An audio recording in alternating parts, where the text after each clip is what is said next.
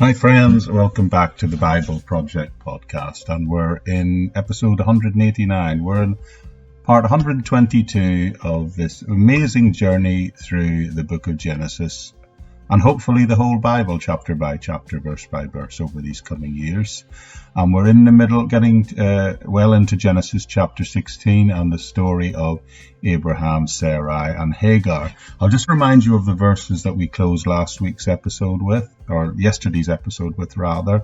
In Genesis, the end of chapter 3, beginning of verse 4, it says this: Sarah, his wife, took her Egyptian slave Hagar and gave her to her husband to be his wife. He slept with Hagar and she conceived. And if you remember, I closed yesterday's podcast by looking at this situation and asking, I wonder how all this is going to work out.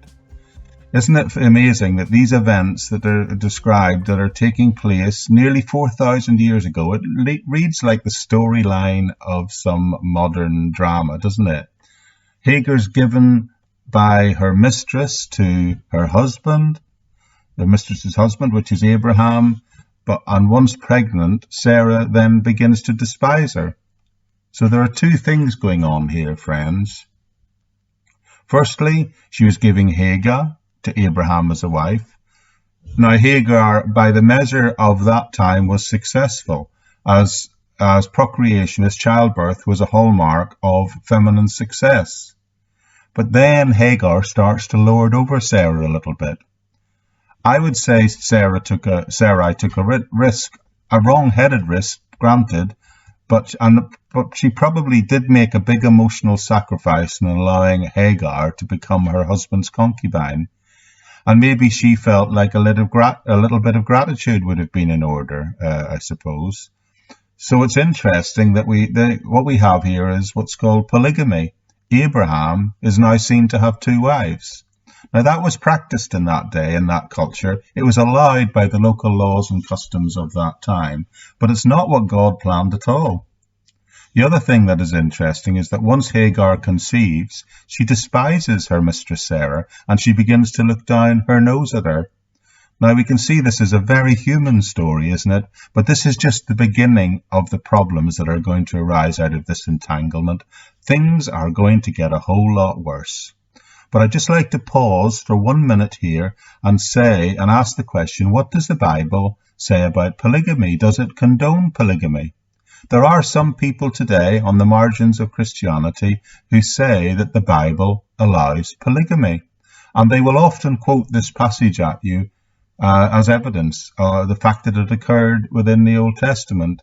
But it did, and clearly it did occur within the Old Testament, but only a very basic look at this passage, and it's clear to see that it's not the will of God that's being followed here.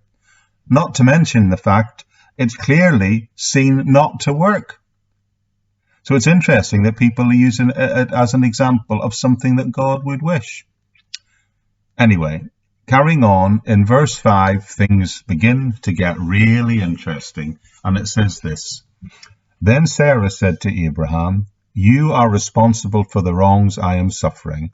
I put my slave in your arms, and now she knows she is pregnant. She despises me. May the Lord judge between you and me. So what does Sarah say? She says, Abraham, this is all your fault. I did it, but it's your fault. Now she's obviously angry, and she's bitter, and she's upset. And she's also doing what psychologists today would call blame shifting. But what's intriguing to me about her position is the lack of logic. Whose idea was this in the first place? Do you remember? It was her. It was she who went to Abraham and suggested that he do it. Yes. Yet now she's blaming him, in a sense, for doing what she said, for acting on what she recommended. But I want to consider something else. It's worth noting that at this point in the story, in this chapter 16, there are three characters here. But the main character in this chapter, the main narrative will raise the character of Hagar, will come to the surface. So at this point, she's clearly feeling that she's been treated unjustly. After all, as I said, Sarah was the one who came to her and told her to do it, and she just did what her mistress told her. But I do believe that in some degree she was culpable because she was showing disrespect for her mistress. Although on a human terms, it's understandable to say that for her, the whole situation was probably becoming almost unbearable. So I think that's where she felt at this point she was probably thinking, oh, what a mess have I got myself into? Does God care? Does God even know I exist? Look at this mess. It wasn't even my idea. And to begin with, she might be thinking. But I do think Hagar is guilty of pride. I get that from the fact that she disrespects her mistress. And because of that, Sarah begins to treat her harshly. Now, no doubt Abraham is also culpable in that situation, because now when this problem arises, he appears to me to be passive or has been passive, and he certainly didn't step in earlier on and nip this matter in the bud.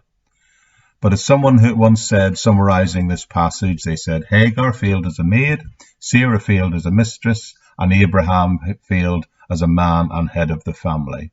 So this is a triple failure. Failure written all over this passage, friends. What a mess. And you know what?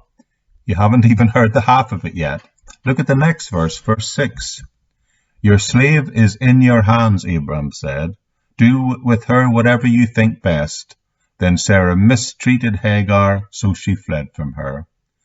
In other words, Abraham is doing what many men have been doing for thousands of years. He's saying, don't get me involved in this situation. She's your maid. You sort it out. At that point, Sarah's actions become totally wrong, because Sarah mistreats Hagar so badly to the point that she runs away. I think when Hagar ran away, she was asking those questions I posed at the beginning when we started looking at this chapter 16. Questions like, does God care about me? Does God even care about what's going on in my life? Isn't that a question we're still asking today? Well, we're going to find out the answers to those questions in the next episode. So it's bye for now, and I'll see you all here back again very soon.